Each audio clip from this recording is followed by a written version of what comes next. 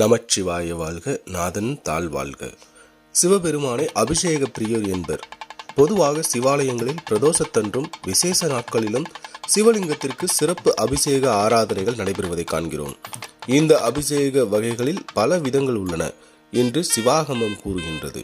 பால், தயிர், தேன், பன்னீர், இளநீர், மஞ்சள், விபூதி, சந்தனம், பழரசம், கரும்புச்சாறு, எலுமிச்சம்பழச்சாறு, பஞ்சாமிர்தம், நெய், அரிசி மாவு, நல்லெண்ணெய், புனித நதி தீர்த்தம் ஆகிய 16 வகை பொருட்களை சிவலிங்கத்திற்கு அபிஷேகிக்க வேண்டும் என்று லிங்க புராணம் கூறுகிறது.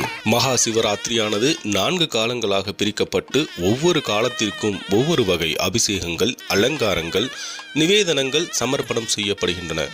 முதல் கால பூஜை என்பது மாலை 6 மணி முதல் இரவு 9 மணி வரை. இந்த நேரத்தில் பிரம்மதேவன் சிவபெருமானை வழிபடுவதாக கூறப்படுகிறது. இறைவனுக்கு பஞ்சகவ்யத்தால் அபிஷேகம் நடைபெறும். சந்தனம், வில்வம், தாமரை மலர்களால் அலங்காரம் செய்வர். சிவப்பு பட்டாடை அணிவிப்பர். அன்னம், பலகாரங்கள் நிவேதனம் செய்வர். ரிக்வேதம் ஓதுவார்கள். விளக்கெண்ணெய் தீபம் ஏற்றப்படும். அப்போது பக்தர்கள் சிவபுராணத்தை பாராயணம் செய்வது புண்ணிய பலன்களை தரும். இக்காலத்தில் சோமஸ்கந்தரை வழிபட வேண்டும். சிவராத்திரியில் 2ஆம் ஜாமம் என்பது இரவு 9 மணி முதல் 12 மணி வரை ஆகும். இந்த நேரத்தில் விஷ்ணு பகவான் சிவபெருமானை வணங்குவதாக கூறப்படுகிறது. சிவலிங்கத்திற்கு தேன், சர்க்கரை, தயிர், பால் கலந்த பஞ்சாமிர்தம் ஆகியவற்றை அபிஷேகம் செய்வார்கள். சிவலிங்கத்தின் மீது பச்சை கற்பூரம் பூசுவர். மஞ்சள் நிற பருத்தி ஆடையை அணிவிப்பர். பாயாசமும் லட்டும் நிவேதிப்பர். அப்போது ஸ்ரீ தட்சிணாமூர்த்தியை வழிபடுவது சிறப்பிக்கப்படுகிறது. இலுப்பை எண்ணெயில் தீபம் ஏற்றுவர். யஜூர் வேதம் ஓதுவார்கள். வழிபாட்டிற்கு தாமரை மற்றும் வில்வ மலர்களை பயன்படுத்துவார்கள்.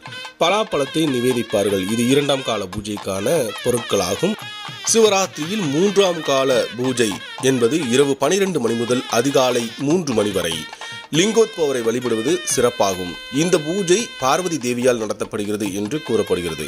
இது லிங்கோத்பவ காலம் எனப்படுகிறது. திருவண்ணாமலையில் இந்த நேரத்தில்தான் லிங்கோத்பவ உற்பத்தி ஆயிற்றாம். மார்க்கண்டேயரை காக்க சிவபெருமான் காலசம்ஹாரராக வெளிப்பட்டதும் இந்த நேரத்தில்தான் என்று புராணம் கூறுகிறது. இந்த 3ஆம் காலத்தில் சிவலிங்கத்திற்கு தேனாபிஷேகம் செய்வர். சந்தனம் பூசுவர். வெள்ளை நிற கம்பளி ஆடை அணிவிப்பர்.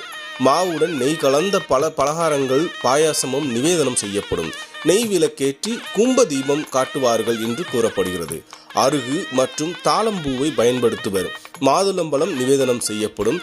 சாம வேதம் ஓதுவார்கள் என்றும் கூறப்படுகிறது.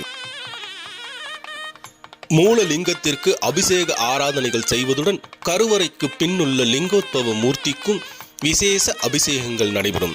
நெய் அபிஷேகம் செய்வதுடன் வெந்நீரால் அபிஷேகம் செய்து பின் கம்பளி ஆடையை அணிவிப்பர்.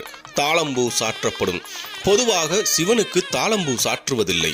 வருடத்திற்கு ஒரு முறை மட்டும் இந்த காலத்தில் மட்டும் தாளம்பூ சாற்றப்படுவதை தரிசிக்கலாம். லிங்கோத்பவருக்கு நெய் பூசி அபிஷேகிக்கும் போது ஸ்ரீருத்ரம் ஜபிப்பார்கள். அந்த சமயத்தில் பக்தர்கள் லிங்க புராண திருக்குறுந்தொகையையும் ஓதுவதால் புனிதம் சேரும்.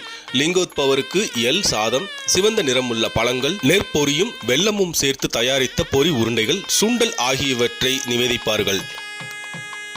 சிவராத்திரியில் 4ஆம் கால பூஜை என்பது அதிகாலை 3 மணி முதல் காலை 6 மணி வரை செய்யப்படும் பூஜை என கூறப்படுகிறது. இது மிகவும் முக்கியமான பூஜை என்றும் சொல்லப்படுகிறது. காரணம், தேவர்களும் முனிவர்களும் பிற தெய்வங்களும் இந்த பூஜையை அனுஷ்டிக்கிறார்கள் என்று சொல்லப்படுகிறது. இந்த பூஜையில் கரும்பு சாரால் அபிஷேகம் செய்யப்படுகிறது. கஸ்தூரி பூசுகிறார்கள். பச்சை நிற மலர் ஆடைகள் சாற்றுவார்கள். கோதுமை, நெய், சர்க்கரை சேர்த்து செய்த பலகாரங்களை நிவேதிப்பார்கள். நல்லெண்ணெய் தீபம் ஏற்றுவார்கள். மகாமேரு தீபம் என்ற தத்துவ தீப ஆராதனை நடைபெறும். வாழைப்பழம் உள்ளிட்ட எல்லா விதமான பழங்களையும் நிவேதனம் செய்வர். அதர்வன வேதம் பாராயணம் செய்யப்படும். பக்தர்கள் திருநாவுக்கரசர் அருளிய போற்றி திருத்தாண்டகத்தை பாராயணம் செய்தால் முக்திக்கு வழிகாட்டும் என்றும் சொல்லப்படுகிறது.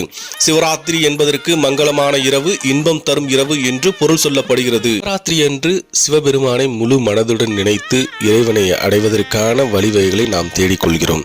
அன்றைய அபிஷேக ஆராதனைகள் முழுவதையும் கண்டு கழித்து இறைவனை வாழ்த்தி சிவபாராயணம் தொடர்ந்து செய்வதால் நாம் பெரும் பல முக்திகளை அடைகிறோம். நமக்கான தேவைகள் அனைத்தும் அன்று நிறைவேற்றப்படுகிறது. நம்முடைய தேவைகள் எதையும் இறைவனிடம் கூற தேவையில்லை. இறைவன் எல்லா தேவைகளையும் அறிவார். யாருக்கு என்ன கொடுக்க வேண்டும், எப்போது கொடுக்க வேண்டும் என்பதும் அவருக்கு தெரியும். நமது கர்மாக்கள் முழுவதும் முடிந்த பிறகே நமக்கான தேவைகள் நம்மிடம் வந்து சேரும் என்பதை நாம் முதலில் புரிந்து கொள்ள வேண்டும். சிவராத்திரி அன்று சிவனை முழு மனதாக நினைத்து அன்றைய தினம் முழுவதும் சிவநாமம் சொல்லிக்கொண்டே இருங்கள்.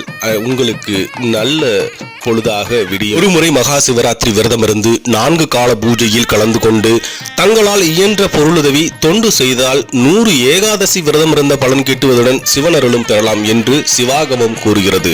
உலகம் முழுவதையும் காப்பதற்காக சிவன் ஆழகால விஷத்தை உண்டு அன்று இரவு முழுவதும் விழித்திருந்து அவருக்கு தொண்டு புரிந்த பார்வதி தேவியும் பூஜை செய்கிறார். இந்த சூழ்நிலையில் இறைவனிடம் எனக்கு இதை கொடு அதை கொடு என்று கேட்பதை விட உலகம் முழுவதையும் காத்து ரட்சித்த இறைவனை நினைத்து நாம் நன்றியுணர்வுடன் நன்றி செலுத்துவதே சிறப்பானதாகும் என்று என்னுள் தோன்றுகிறது. அன்று நாள் முழுவதும் சிவபாராயணம் செய்து சிவநாமம் சொல்லி இறைவனுக்கு நன்றி செலுத்துவோம்.